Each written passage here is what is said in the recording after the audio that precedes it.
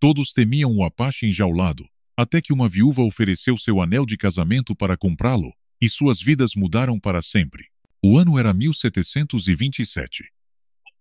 O sol caía implacável sobre a vila de San Marcos, um povoado empoeirado nas fronteiras do vice-reino da Nova Espanha, onde a vida se debatia entre o comércio e a violência. Na praça central, um tumulto de vozes se misturava com o cheiro de couro, suor e milho queimado. Ali, preso em uma jaula de ferro enegrecida pela ferrugem, estava Tawari, um Apache de olhar feroz, cuja simples presença gelava o sangue de quem o observava. Seus braços, marcados por cicatrizes de batalhas passadas, se tensionavam contra as grades, como se cada fibra de seu ser recusasse aceitar o cativeiro.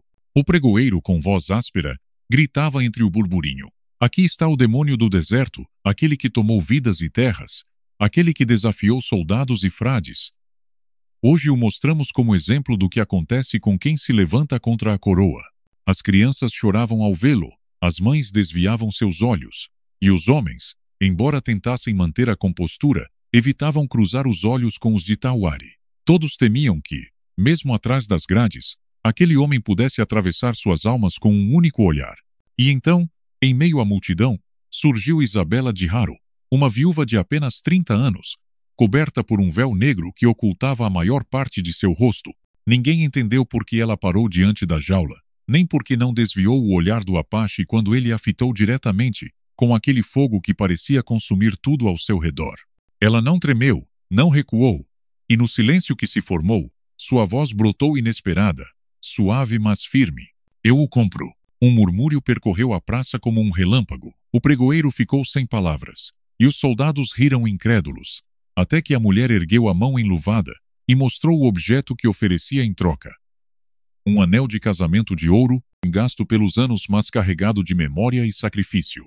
Os olhares se cruzaram entre os presentes, alguns com escárnio, outros com espanto. Comprar um Apache era insensatez. Entregar um homem como Tawari era como acender fogo em um campo seco. Mas o que ninguém sabia naquele momento era que aquela decisão não apenas mudaria o destino da viúva e do guerreiro, mas abriria um caminho tingido de sangue, segredos e redenção. O capitão da guarda, desconcertado pelo silêncio expectante da praça, inclinou-se para ela com desdém. "Sabe o que pede, mulher?" disse em tom que tentava soar zombeteiro, mas revelava incômodo. "Esse homem não é uma besta de carga nem um servo, é um inimigo da coroa." Isabela sustentou o olhar do capitão, e com uma serenidade que desarmou até os mais endurecidos, respondeu: "O que peço? Já está decidido." O ar se tornou espesso, como se toda a praça aguardasse uma explosão. E nesse instante, Tawari, ainda entre as grades, sorriu de leve, como quem reconhece que o destino acaba de mover uma peça no tabuleiro de sua vida. O que aconteceu depois selaria um pacto que ninguém na vila de San Marcos esqueceria jamais. A decisão foi tomada em meio à incredulidade geral. E embora o capitão murmurasse protestos, o anel de Isabela brilhava demais para ser rejeitado. O ouro ainda tinha um peso que podia pagar soldados, pólvora ou alimento para a guarnição. Assim, entre o murmúrio do povo e as risadas nervosas de quem nada compreendia, o trato se fechou. Ninguém esqueceria aquele instante, porque não era comum ver uma mulher negociar com um símbolo tão íntimo, muito menos arriscar tudo pela vida de um Apache. Ao cair da tarde, quando o calor do deserto começava a se dissipar e as sombras alongavam as ruas empoeiradas de San Marcos, Tawari foi conduzido para fora da praça. Seus pulsos permaneciam atados com correntes grossas, e 2 guardas o escoltavam, embora mantivessem distância prudente, como se, mesmo acorrentado, pudesse quebrar seus ossos apenas com as mãos. A multidão o seguiu com passos furtivos, incapaz de resistir à curiosidade. Queriam ver para onde a viúva levava sua nova posse, como se tudo fosse um espetáculo maldito que prometia um desfecho sangrento. Isabela avançava à frente, erguida sob o véu negro, segurando uma lamparina a óleo que parecia guiar a procissão involuntária. Seus passos não vacilavam. Embora dentro de si sentisse o coração golpear com força, não de medo, mas de algo que ainda não podia nomear. Ao chegar à porta de sua casa, uma construção de adobe e madeira, em uma das ruas mais afastadas do povoado, onde o silêncio dominava as noites, Ordenou aos guardas que deixassem o Apache no vestíbulo, pagou uma última moeda para que desaparecessem e não fizessem perguntas. A porta se fechou atrás dela com um som oco. De repente, a multidão ficou do lado de fora, e dentro restaram apenas duas figuras, uma mulher envolta em luto e um homem enjaulado em seu próprio silêncio. O ar cheirava a cera derretida, a pó acumulado nas paredes, a lembranças que ainda se agarravam aos cantos como espectros. Isabela acendeu um candelabro e o colocou no centro da sala. A luz trêmula revelou o interior daquela casa. Móveis cobertos por lençóis. Retratos emoldurados que pareciam olhar com reprovação. E uma mesa comprida que já fora testemunha de reuniões familiares que não existiam mais. Era a casa de uma viúva. Congelada em um tempo onde a vida havia parado, Tawari permanecia de pé, as costas eretas, as mãos acorrentadas. Não disse uma palavra, não fez um gesto, mas seus olhos percorriam cada detalhe com a cautela de um animal selvagem. Sua respiração era profunda, e cada exalação parecia um rugido contido. Finalmente, foi Isabela quem quebrou o silêncio. Não tente entender ainda, murmurou, como se falasse mais consigo mesma do que com ele. Nem eu entendo totalmente. Aproximou-se lentamente. Retirou as correntes de seus pulsos com uma chave que havia guardado na manga. E por um instante o tinido do ferro foi o único som a preencher a sala. Quando o último aro caiu ao chão, Tawari não se moveu. Seu olhar fixo sobre ela era como uma adaga. Não havia gratidão, nem fúria. Era o olhar de alguém que esperava. Paciente. O momento em que tudo revelaria seu verdadeiro sentido. Isabela respirou fundo. Dentro dela lutavam a memória de um esposo morto, o peso do luto e uma estranha certeza de que libertar aquele homem fazia parte de um destino que não podia deter. A noite caiu sobre San Marcos. Do lado de fora, o vento levantava poeira e fazia ranger as telhas. Dentro, o silêncio tornava-se insuportável, como se dois mundos inteiros se houvessem encontrado em um mesmo espaço. E justo quando Isabela acreditou que Tawari permaneceria calado para sempre, sua voz retumbou na penumbra, grave, profunda, carregada de um idioma que ela mal podia compreender. Não foi um agradecimento nem uma ameaça. Foi uma frase breve, dita em espanhol com um sotaque áspero. O anel tem um preço. Isabela estremeceu. Aquela advertência não era uma simples observação. Era um presságio. A escuridão se apossou da casa com uma força quase palpável. O vento assobiava pelas frestas de madeira e fazia as velas vacilarem, projetando sombras que se arrastavam pelas paredes como espectros do passado. Isabela fechou as portadas e apoiou as costas contra a porta, como se com aquele gesto pudesse conter não apenas o mundo exterior, mas também a tormenta que começava a crescer dentro dela. Ao seu lado, o Apache permanecia imóvel, apenas uma silhueta recortada contra a penumbra. O eco de suas últimas palavras continuava vibrando na mente da viúva. O anel tem um preço. O que significava aquilo? Seria uma ameaça velada?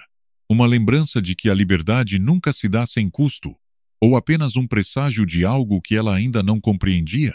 Cada possibilidade pesava como uma pedra em seu peito. Isabela decidiu acender mais velas até iluminar a sala de jantar. O brilho suave revelou os retratos de seu falecido marido pendurados na parede. Seu olhar pintado parecia julgá-la desde a tela, como se desaprovasse a ousadia de trazer um desconhecido, um inimigo, para a casa que um dia fora símbolo de respeito e decoro. Os dedos de Isabela tremiam, mas ela ergueu o rosto com dignidade. Já não havia espaço para o julgamento dos mortos. Sua vida havia ficado presa naquele luto interminável. E talvez, apenas talvez, aquele Apache acorrentado fosse o catalisador de algo que esperava havia anos sem saber. Uma ruptura, uma mudança, uma fissura na rotina sufocante de sua dor. Tawari, por sua vez, percorreu a sala com passos lentos. Não pediu comida nem água. Tampouco demonstrou interesse em descansar. Suas mãos, agora livres, traçavam movimentos suaves no ar, quase rituais, como se reconhecesse cada canto da casa com uma linguagem silenciosa que só ele compreendia. Finalmente, parou diante da mesa coberta de poeira. Ali, com a ponta dos dedos, Desenhou um símbolo estranho, uma figura circular rodeada de linhas retas, como raios de um sol oculto. Isabela o observava em silêncio, com o coração acelerado. Perguntava-se o que significava aquele gesto, se era um simples capricho ou parte de uma memória mais profunda. E antes que pudesse perguntar, Tawari falou com voz grave, carregada de um espanhol duro e fragmentado.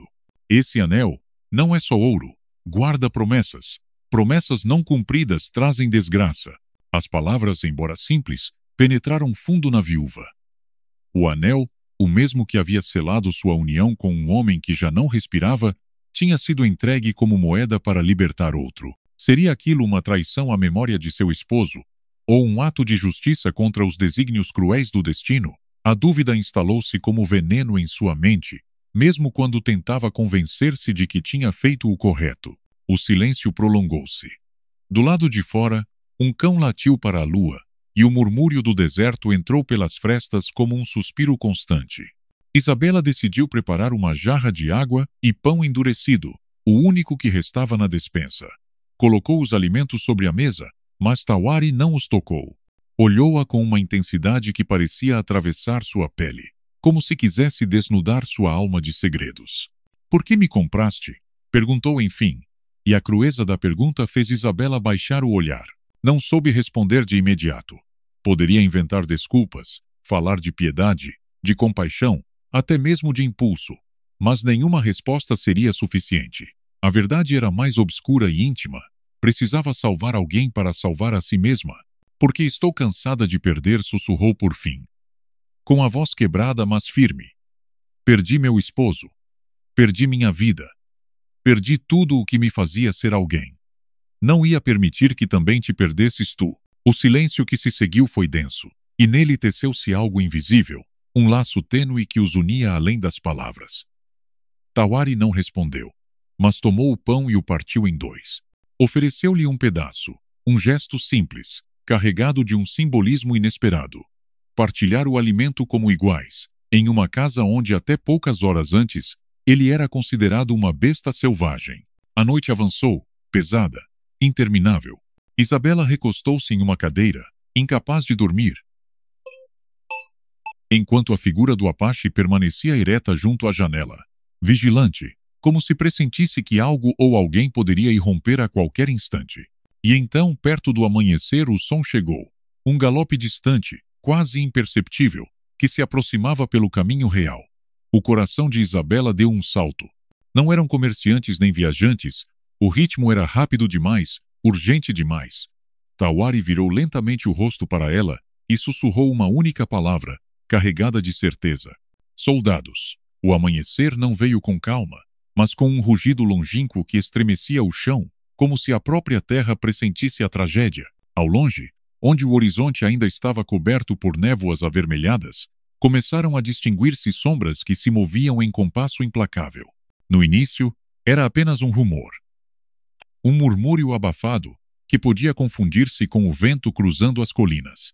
Mas logo transformou-se em um estrondo rítmico, no galope feroz de cavalos que golpeavam com fúria as entranhas do vale. Cada batida de casco era um aviso, cada vibração no solo, um lembrete de que a ameaça estava cada vez mais próxima. Isabela encontrava-se junto à janela de sua pequena casa em Nopal de Tierra Roja. O vidro estava embaçado pela umidade da madrugada, e ao pousar a mão contra ele, percebeu como sua pele tremia com o eco daquele rugido que se aproximava. Em seus dedos ainda sentia o vazio metálico do anel de bodas. Esse objeto, que tinha sido o último vínculo com a lembrança de um esposo morto, já havia 3 invernos. Entregara-o na noite anterior pelo Apache enjaulado. E embora a decisão parecesse insensata aos olhos de todos, agora compreendia que aquele sacrifício a marcara para sempre. Não era apenas uma transação, era um pacto com um destino do qual não poderia escapar. Atrás dela, no umbral da porta, estava Kemi. Seu corpo ereto parecia talhado em pedra, e seus músculos tensos revelavam que cada som dos cascos o preparava ainda mais para a violência. Não piscava, não se movia, simplesmente fitava o horizonte com a intensidade de um animal enjaulado que finalmente sentia o cheiro da caçada. Em seus olhos não havia medo, mas um fogo sombrio que se misturava com a calma de quem sabia que aquele momento havia sido escrito muito antes de chegar. E então, o silêncio da madrugada quebrou-se de repente. Da curva do caminho, entre a poeira que os cascos levantavam, surgiu a coluna de soldados coloniais. Eram 12 homens montados, com uniformes empoeirados, mosquetes prontos e capacetes metálicos que refletiam o brilho nascente do sol. A cena tinha algo de espectral. As tochas apagadas pendiam de suas montarias, e o ar vibrava com os relinchos desesperados de cavalos, que pareciam arrastados ao sacrifício. À frente ia o capitão, um homem de barba escura e olhar endurecido pelos anos de campanhas, com uma cicatriz que lhe cruzava o queixo como uma marca de ferro. Seu rosto carregava ódio, um ódio pessoal que não pertencia apenas ao seu cargo militar, mas ao seu orgulho ferido. Não vinham cumprir ordens, nem negociar. Vinham tomar o Apache, e com ele qualquer um que ousasse interpor-se. Isabela soube de imediato ao ver como apertava o punho da espada, como seus lábios se moviam em maldições que mal se ouviam. O ar tornou-se mais denso, mais espesso. Isabela sentiu um frio percorrer-lhe as costas, apesar de o sol já começar a aquecer as pedras do povoado. Recordou a primeira vez que sentiu medo verdadeiro, quando viu seu esposo jazendo morto por uma febre sem cura, e compreendeu que aquele vazio se parecia demais com o que sentia agora. Mas algo dentro dela também havia mudado. Não estava sozinha, e a presença de Kemi, esse homem temido por todos, a sustentava como se fosse uma muralha invisível. Kemi virou lentamente o rosto para ela. Não disse uma palavra, mas a forma como seus olhos se cravaram nos da viúva foi suficiente para que ela entendesse a mensagem. Naquela manhã começaria algo que nenhum dos dois poderia deter, um ponto sem retorno, onde a vida deixaria de ser o que tinha sido até então. O galope cessou bruscamente quando os soldados pararam diante da casa. A poeira ergueu-se em uma nuvem espessa que queimava a garganta e cegava a vista, mas ainda assim o brilho das armas reluzia entre a neblina avermelhada. O capitão ergueu sua espada e a apontou para a porta. Sua voz retumbou contra as paredes de adobe como um trovão. Não deixem pedra sobre pedra. Quero o Apache acorrentado e a mulher de joelhos. O silêncio que seguiu foi brutal, como um vazio que antecipava a tormenta. Os mosquetes ergueram-se em uníssono. O metal rangeu como dentes cerrados. E o povoado inteiro, ainda adormecido, compreendeu que o inevitável estava prestes a começar. E então, antes que o primeiro disparo rompesse o ar, Kemi deu um passo à frente. A poeira ainda não havia se dissipado quando Kemi cruzou o umbral da casa. A luz avermelhada do amanhecer o banhava de perfil, e sua silhueta alta e tensa parecia a de um guerreiro que acabara de surgir das entranhas da terra. Cada passo que dava sobre as tábuas de madeira ressoava como um tambor de guerra, um compasso grave que anunciava que o sangue estava prestes a correr.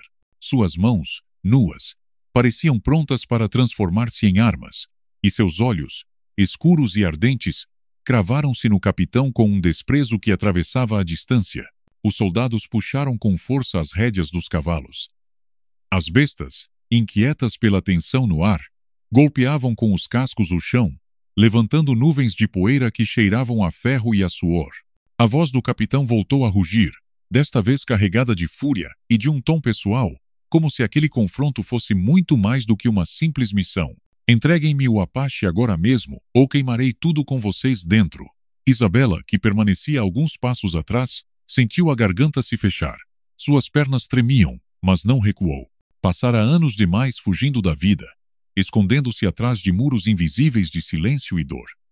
Desta vez, embora o medo lhe mordesse o coração, obrigou-se a permanecer ereta. A lembrança de ter entregue seu anel de casamento ainda a atravessava como uma espada, mas também a sustentava. Já não havia como voltar atrás. Kemi não respondeu de imediato. Levantou lentamente as mãos, como quem desafia com um gesto silencioso. Os soldados interpretaram aquilo como rendição, mas os olhos do Apache não refletiam submissão. Eram os olhos de um predador que mede sua presa antes de lançar-se. De repente, um dos soldados, incapaz de suportar a tensão, puxou o gatilho de seu mosquete. O estrondo retumbou por todo o vale como um raio, e o projétil arrancou fragmentos de adobe da parede ao lado da cabeça de Isabela. O grito da viúva morreu no ar, e esse instante bastou para que tudo se desencadeasse. Kemi lançou-se para a frente com a velocidade de um relâmpago. Suas mãos agarraram o soldado mais próximo, arrancaram-no da montaria e o esmagaram contra o chão em um movimento tão brutal que o estalo dos ossos foi ouvido mesmo por cima dos relinchos. O caos explodiu. Os demais soldados dispararam quase em uníssono, e a chuva de chumbo cravou-se nas paredes da casa, no chão empoeirado, nos corpos que tentavam esconder-se entre as sombras. Isabela caiu de joelhos atrás de uma rocha próxima, com as mãos pressionadas contra os ouvidos. O cheiro de pólvora queimava suas narinas, e a terra vibrava sob ela como se um exército inteiro marchasse sobre seu peito. No entanto, seus olhos não puderam se afastar de Kemi.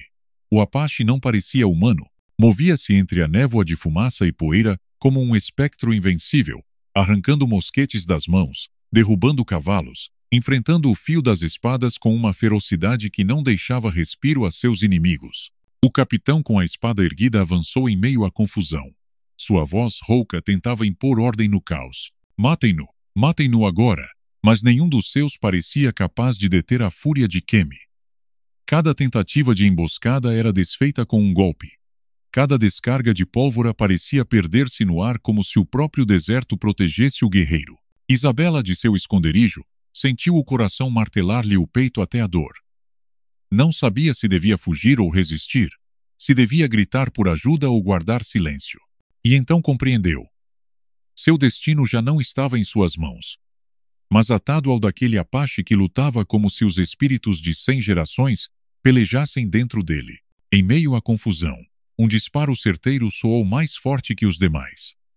O eco espalhou-se como um trovão seco, e o corpo de Kemi dobrou-se para trás, com o sangue jorrando de seu flanco. O guerreiro cambaleou, e por um segundo eterno, Isabela acreditou que ele iria desmoronar sobre a terra manchada de vermelho. O capitão sorriu com um brilho cruel nos olhos. Levantou a espada, avançando em sua direção com passo firme, como um carrasco que se prepara para dar o golpe final. E foi nesse preciso instante que Isabela, com as mãos trêmulas e os lábios partidos de tanto conter a respiração, compreendeu que já não podia continuar sendo apenas espectadora. O mundo parecia ter se reduzido a um único som, o gotejar espesso do sangue de Kemi caindo sobre a areia. Cada gota golpeava a terra como um relógio implacável que marcava a contagem regressiva de sua vida. A fumaça da pólvora flutuava no ar, tornando a atmosfera tão densa que se tornava irrespirável. E as chamas de uma tocha caída projetavam sombras gigantes que dançavam sobre as paredes de adobe como presságios de morte. Isabela, encolhida atrás da rocha, sentia o coração bater contra suas costelas como um tambor desgovernado. Suas mãos tremiam de um modo que jamais havia experimentado. Não era o tremor da fraqueza, mas o de alguém que entendia que havia chegado a um ponto sem retorno. Podia fugir, sim, correr pela escuridão e esperar que o destino não a alcançasse, mas dentro dela uma voz, aquela voz que havia nascido no dia em que entregara seu anel de bodas, gritava que, se fugisse desta vez, nunca mais encontraria a coragem. O capitão avançava com calma, com a frieza do carrasco que sabe que a morte já está servida. A espada brilhava em sua mão, iluminada pela luz intermitente do fogo. Seus lábios murmuravam palavras que Isabela conseguiu ouvir com clareza. Teu sangue será o exemplo que esses cães precisavam. Essas palavras, carregadas de ódio e arrogância, acenderam em Isabela uma fúria que jamais acreditou ser capaz de sentir. De repente, não era apenas Kemi quem estava em perigo, era tudo o que ele representava, a dignidade que ela havia visto em seus olhos, a força de um homem que não abaixara a cabeça nem mesmo enjaulado. Se o deixasse morrer ali, ela também se condenaria a continuar sendo a mulher invisível que todos pisoteavam. Seus olhos buscaram ao redor, desesperados, até que os encontrou. Um mosquete caído junto ao corpo inerte de um soldado. A arma ainda fumegava, e o cheiro metálico da pólvora recém-disparada misturava-se ao fedor do sangue. Com o coração na garganta, Isabela lançou-se para a frente, arrastando-se entre pedras e destroços, ignorando os cortes em seus joelhos e o ardor em sua pele. Cada movimento era desajeitado, cada respiração queimava-lhe os pulmões, mas a determinação a empurrava como uma força invisível.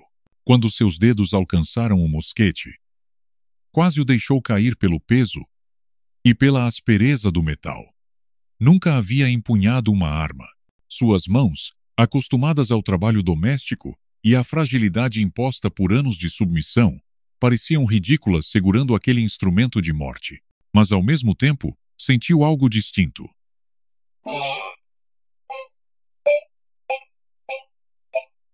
O frio da arma em sua pele lhe lembrou que, pela primeira vez em sua vida, tinha em suas mãos a possibilidade de decidir não apenas por si mesma, mas por alguém mais. O capitão ergueu a espada sobre Kemi, que ainda de joelhos, sangrava com os dentes cerrados e os olhos firmes, recusando-se a cair. No rosto do Apache não havia medo, apenas um desafio silencioso que parecia querer arder mesmo em seus últimos segundos. Isabela ergueu-se lentamente, o mosquete tremendo em seus braços. Nunca ninguém lhe havia ensinado a disparar. Nunca ninguém lhe havia dito como mirar, mas seu coração, naquele instante, batia com uma clareza que substituía qualquer técnica. Respirou fundo, conteve as lágrimas que lhe nublavam a visão e lembrou-se das palavras que Kemi lhe dissera na noite anterior diante do fogo. Não importa se sabes, o que importa é se estás disposta. Virou Singua. O capitão ergueu a arma para o golpe final. A lâmina desceu em um arco brilhante. E foi então que Isabela gritou. Um grito que carregava dentro toda a raiva acumulada dos anos, toda a humilhação, toda a dor. Apertou o gatilho. O estrondo sacudiu o ar. A bala cortou a escuridão com um assobio seco e cravou-se no ombro do capitão, desviando o golpe mortal. O homem caiu para trás, com um rugido de fúria e surpresa, enquanto sua espada chocava-se contra a areia. O eco do disparo retumbou nas montanhas, como se os próprios deuses tivessem ouvido a decisão da viúva. Kemi, ofegante, aproveitou o instante. Com um movimento desesperado, lançou-se contra seu inimigo, arrebatando-lhe a espada caída e erguendo-se com o fio em alto. O capitão, ferido e cambaleante, ergueu o olhar para ele com uma mistura de ódio e medo, consciente de que a balança havia mudado. Isabela deixou o mosquete cair. Suas mãos, agora vazias, ainda tremiam, mas em seu interior sentia uma força nova. Havia cruzado uma fronteira invisível. Já não era a mulher que observava das sombras, era parte da tormenta. O disparo ainda ecoava nas montanhas quando Kemi, com o sangue correndo pelo braço e o suor colando-lhe os cabelos à testa, ergueu-se como um espectro nascido da areia. A espada do capitão brilhava em sua mão agora endurecida pela fúria. E embora a arma fosse estranha às suas tradições de guerreiro Apache, segurava-a com a ferocidade de quem entende que a morte não é uma opção, mas uma dívida a ser cobrada. O capitão, ferido no ombro pela bala de Isabela, recuou trôpego, com a boca aberta como se quisesse engolir todo o ar do mundo. Seus olhos destilavam ódio e uma humilhação insuportável. Ele, soldado do rei, homem treinado em 1000 batalhas, havia sido ferido pela mão trêmula de uma viúva, e agora estava à mercê do homem que jurara quebrar. O silêncio do cânion era pesado, carregado com o cheiro metálico do sangue e a fumaça que ainda serpenteava no ar. Os soldados que permaneciam vivos observavam a cena com espanto, incapazes de intervir. Sabiam que presenciavam algo mais que um combate. Era a colisão de dois mundos: o Império e a resistência. A autoridade imposta contra a dignidade indomável. Kemi deu um passo à frente, arrastando a espada contra a areia. O som agudo fez mais de um soldado engolir em seco. Isabela, ainda com os joelhos trêmulos, observava tudo de um canto, com o coração batendo tão forte que pensou que todos poderiam ouvi-lo. Nunca havia visto um olhar como o de Kemi naquele instante. Não era a fúria de um homem, era o fogo ancestral de um povo inteiro falando através dele. O capitão cerrou os dentes e, apesar da ferida que lhe queimava o ombro, desembainhou sua adaga secundária. Avançou com um rugido de raiva, lançando uma estocada que buscava o peito do Apache. Kemi girou o corpo com a rapidez de um lobo encurralado, e o fio da adaga mal roçou sua pele antes que o contragolpe da espada arrancada do chão cortasse o ar com violência. O choque de aço contra aço ressoou nas paredes de pedra, fazendo saltar faíscas na escuridão. Cada golpe era um trovão. Cada movimento levantava nuvens de poeira que se misturavam com a fumaça das tochas. Isabela sentiu que lhe faltava o ar, que seus pulmões se fechavam de tanta tensão. A cada investida do capitão, Kemi respondia com um movimento mais rápido, mais brutal, como se seus músculos feridos se alimentassem da força da própria terra. O capitão conseguiu feri-lo outra vez, um corte no flanco que manchou de vermelho o tecido rasgado do guerreiro. Mas Kemi não recuou. Com um rugido gutural, ergueu a espada com ambas as mãos e desferiu um golpe que fez ranger a adaga do capitão. O homem recuou cambaleante e, pela primeira vez, o medo surgiu em seu olhar. Isabela viu com clareza. Aquele homem que durante tanto tempo havia representado o poder absoluto, a força indomável da colônia, agora respirava como um animal acuado. E foi nesse momento que ela entendeu que as correntes não se quebravam com chaves, mas com a decisão de não aceitá-las mais. O fogo iluminava a cena com tons alaranjados e vermelhos, como se o próprio inferno tivesse descido ao desfiladeiro para presenciar o duelo.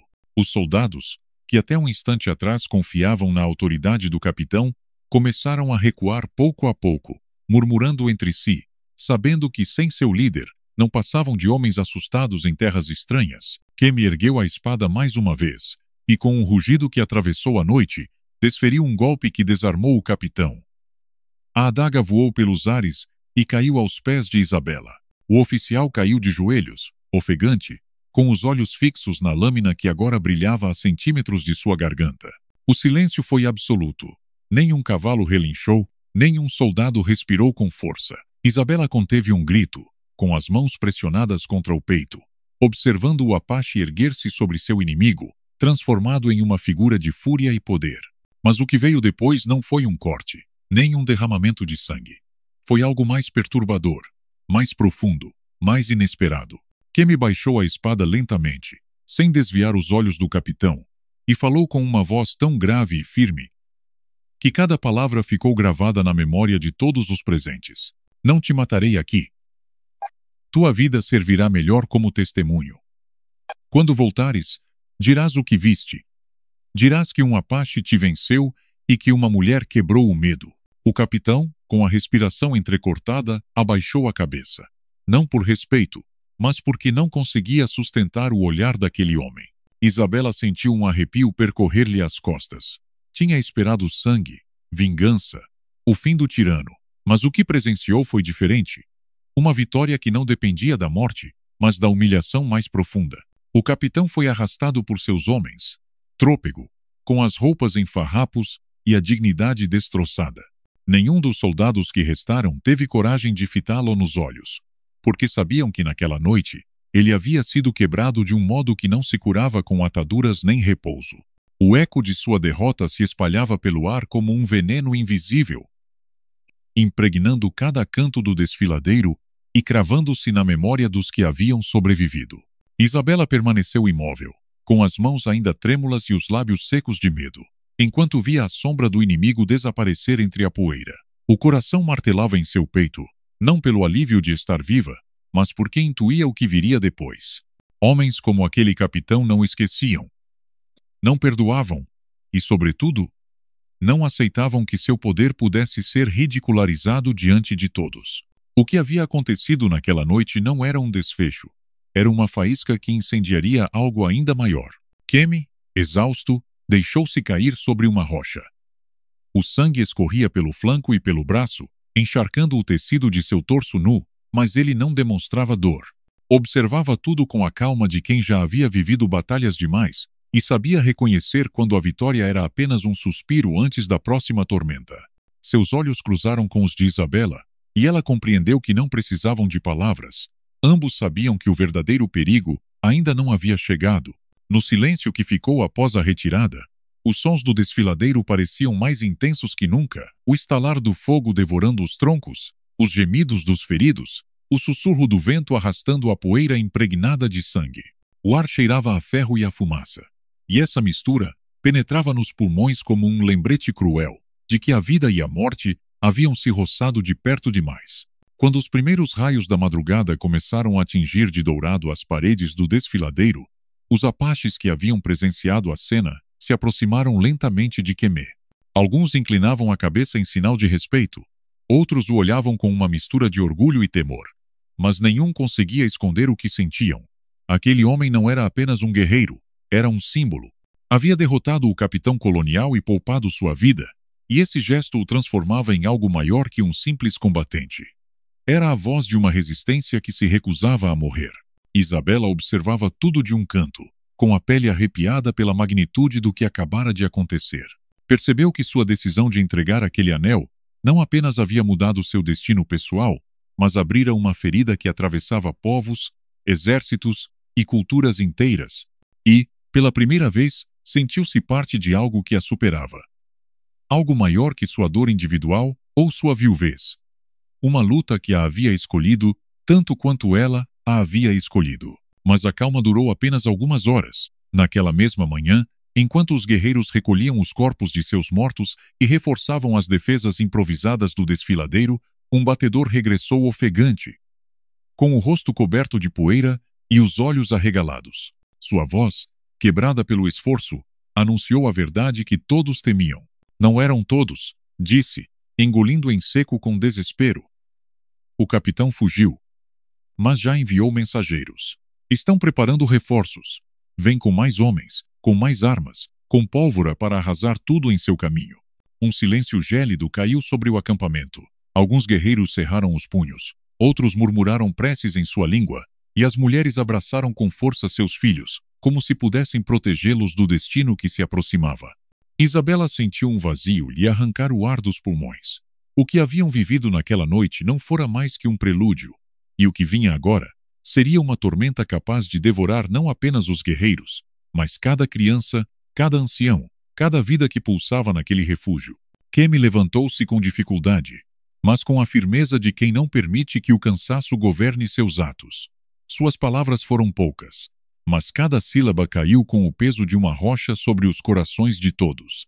A guerra se aproxima, e não haverá lugar onde se esconder.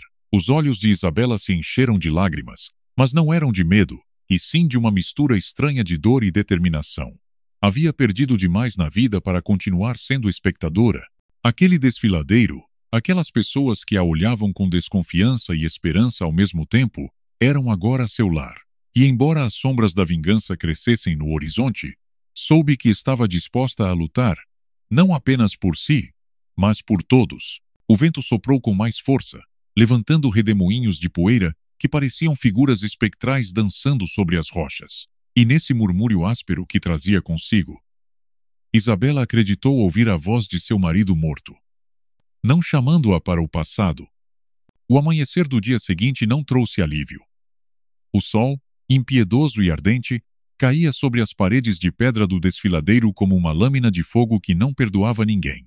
O calor começava a se erguer mesmo antes que o ar tivesse esfriado da noite, e os corpos exaustos dos apaches carregavam não apenas o peso das feridas, mas a certeza de que o pior ainda estava por vir.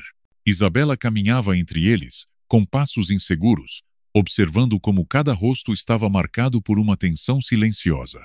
Os anciãos permaneciam afastados, murmurando orações em sua língua, com os olhos fixos no horizonte como se esperassem ler no movimento das nuvens algum presságio. Os guerreiros mais jovens afiavam facas, revisavam arcos e flechas e pintavam seus rostos com faixas negras e vermelhas que simbolizavam tanto a morte quanto a proteção dos espíritos. As crianças, por sua vez, eram levadas às cavernas mais profundas, algumas chorando sem entender, outras resistindo em silêncio porque intuíam, mesmo sem que ninguém dissesse, que a calma estava prestes a se romper.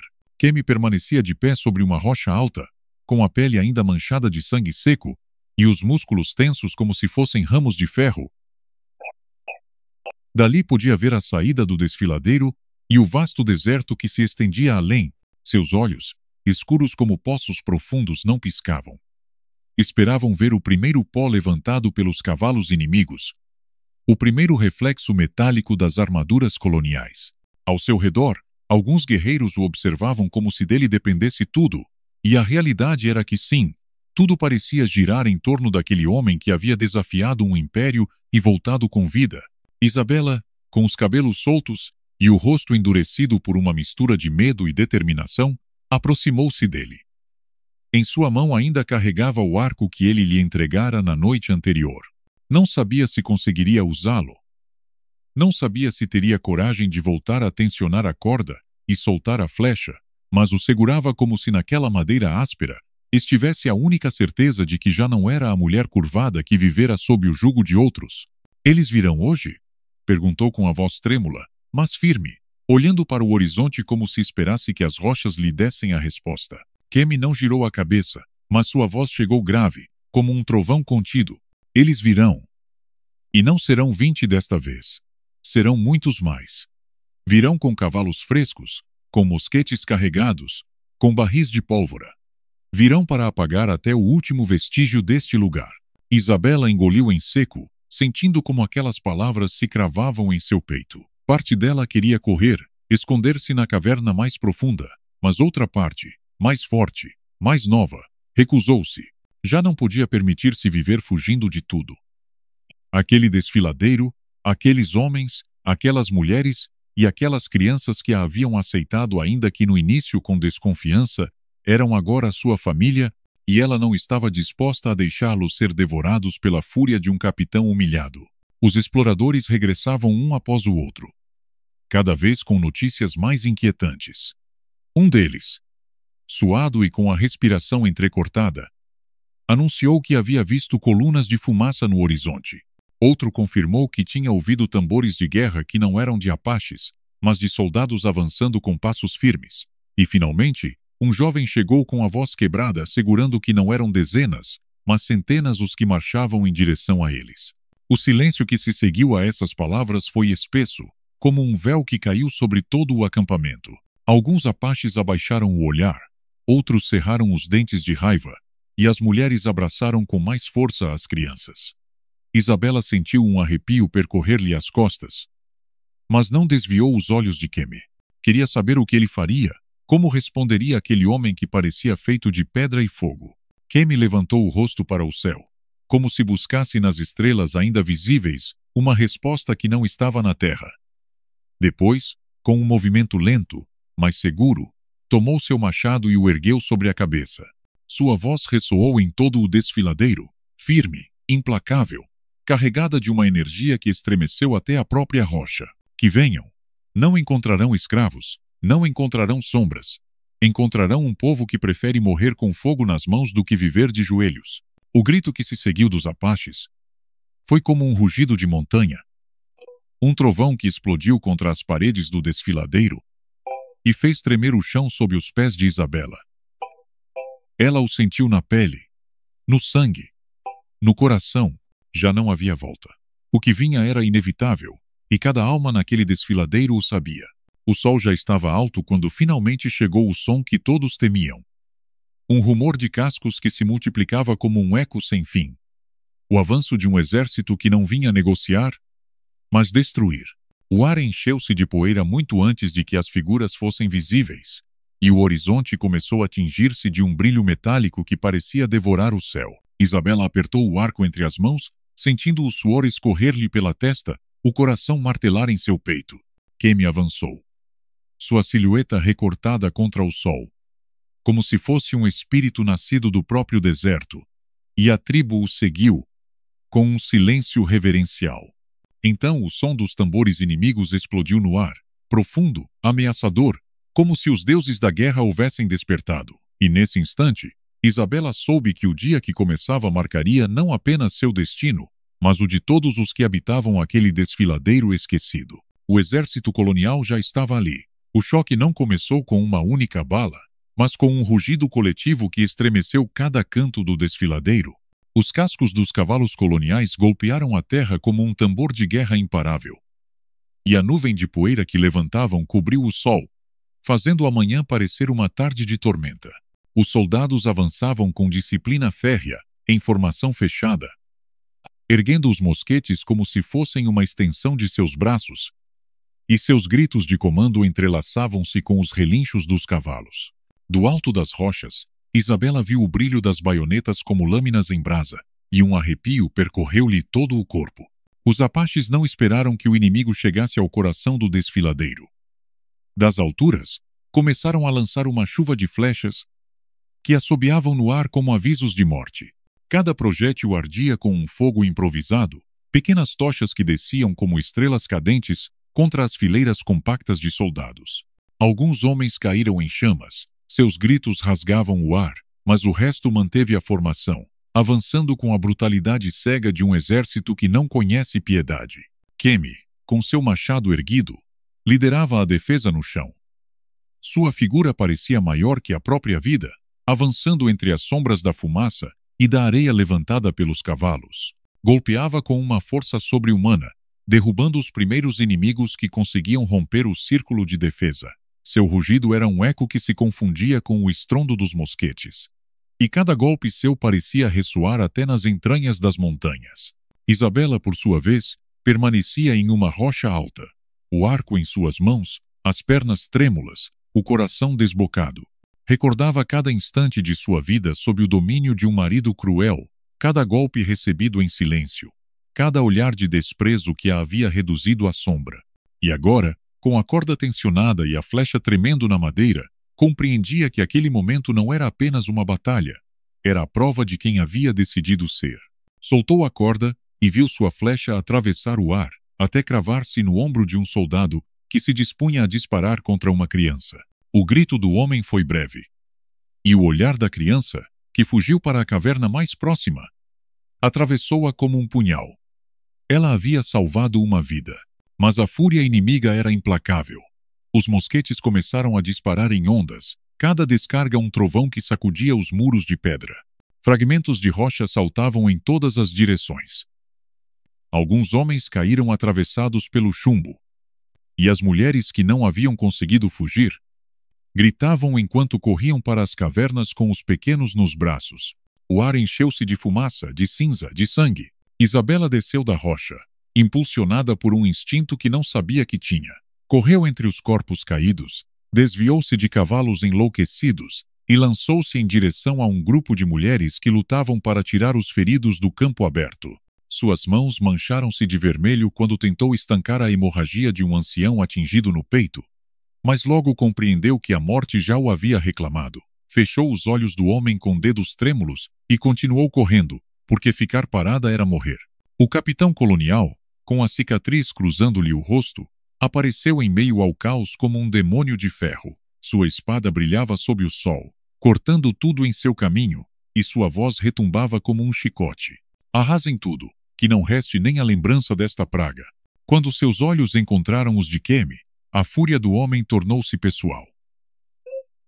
Ambos avançaram um contra o outro como feras atraídas pelo mesmo destino.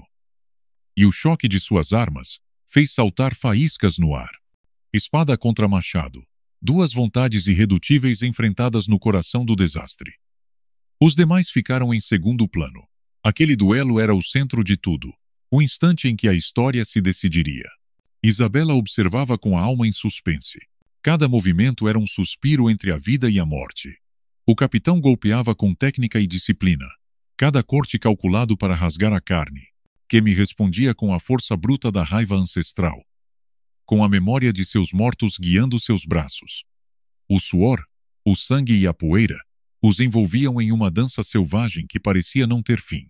Um disparo ressoou perto, e uma criança que corria para as cavernas tropeçou e caiu, seu corpo atravessado pelo chumbo. O grito que saiu da garganta de Isabela foi tão dilacerante que até o capitão desviou por um instante o olhar.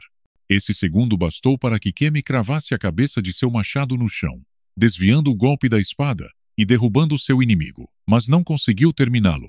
Um mosquete disparou da retaguarda, e Kemi caiu de joelhos, com o sangue escorrendo pelo flanco. Isabela o viu cambalear. Viu como o capitão se erguia com a espada pronta para cravar, lá no peito de seu inimigo caído, e soube que não restava mais ninguém para detê-lo. O arco ainda estava em suas mãos. A corda vibrava como se a chamasse. O tempo pareceu deter-se, e o destino de todos repousava na decisão de uma viúva que um dia havia vivido em silêncio.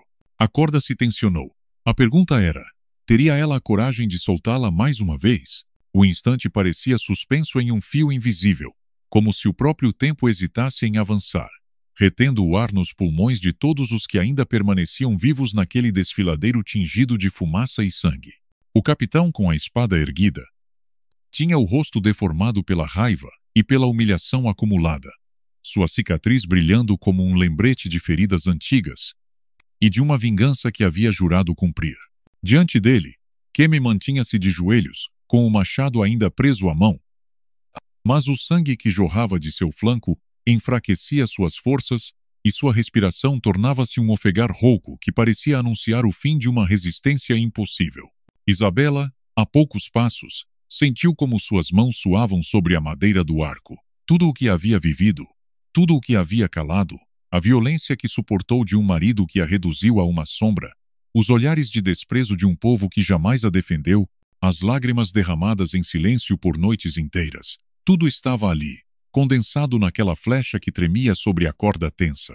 A morte de uma criança inocente alguns instantes antes tinha sido a centelha que acendeu nela um fogo que já não podia ser apagado. E agora, com o peito em chamas e as lágrimas misturando-se com a poeira e a cinza, compreendeu que não era simplesmente uma espectadora. Era o pulso que decidiria o destino de todos. O capitão rugiu com um grito carregado de ódio, baixando a espada com toda a força de um carrasco. Foi nesse segundo, nesse espaço diminuto entre a vida e a morte, que Isabela soltou a corda.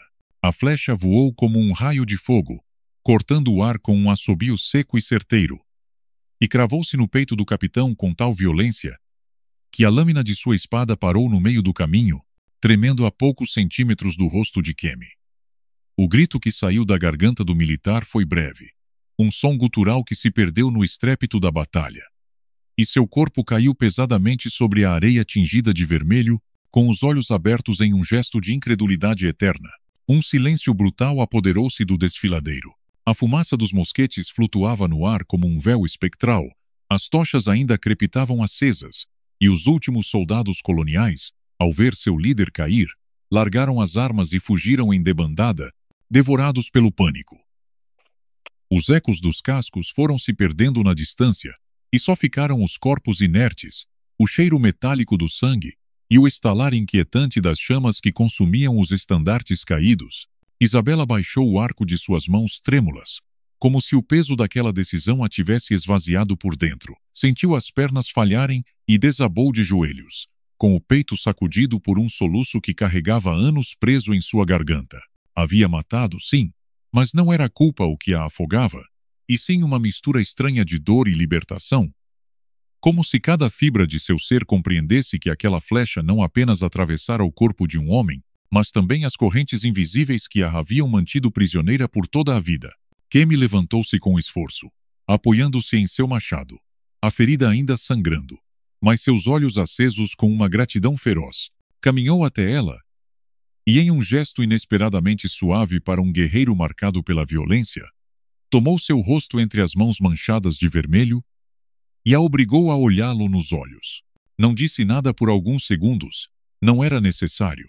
Naquele silêncio havia reconhecimento, havia respeito, havia uma promessa muda de que ela já não era a viúva frágil, nem a mulher marcada por golpes passados. Era alguém que tinha escolhido. Alguém que havia mudado o destino com um ato de coragem. Finalmente, com voz rouca, sussurrou: "Agora sim, Isabela. Você é livre." As lágrimas voltaram a brotar, mas não eram de dor, e sim de uma força nova que a percorria inteira. Olhou ao redor e viu as crianças saindo das cavernas, as mulheres abraçando-se entre lágrimas, os anciãos erguendo as mãos ao céu como em agradecimento aos espíritos. O desfiladeiro, embora devastado, vibrava com uma energia distinta. Já não era o eco da derrota, mas o murmúrio de um renascimento. O vento do deserto soprou com força, levando o cheiro de fumaça e deixando no ar a frescura de um amanhecer diferente. Os primeiros raios do sol iluminaram as paredes avermelhadas do desfiladeiro, tingindo-as de dourado, e nesse resplendor Isabela compreendeu que o que havia começado como um ato de desespero, entregar um anel de casamento para comprar um Apache enjaulado, havia se transformado no início de uma nova vida, na promessa de um futuro que ela mesma havia forjado com suas mãos. Já não era a vítima. Já não era a sombra. Havia encontrado sua voz. Havia escrito com fogo e sangue a primeira página de sua verdadeira liberdade. E enquanto as brasas do campo de batalha se apagavam lentamente, soube que nunca mais voltaria a inclinar a cabeça diante de ninguém. O deserto, testemunha silenciosa de tudo, guardou o segredo dessa transformação, E no fundo de seu coração, Isabela entendeu que o mais importante não era a vitória sobre os soldados, nem mesmo a sobrevivência daquela noite infernal. O mais importante era que havia aprendido a escolher, e ao fazê-lo, havia descoberto que a liberdade, ainda que nascesse em meio ao sangue, era o tesouro mais puro que podia reivindicar. E nesse silêncio carregado de futuro, com Kemi ao seu lado, e o sol erguendo-se sobre o horizonte, Isabela respirou fundo e sentiu pela primeira vez o que significava estar viva.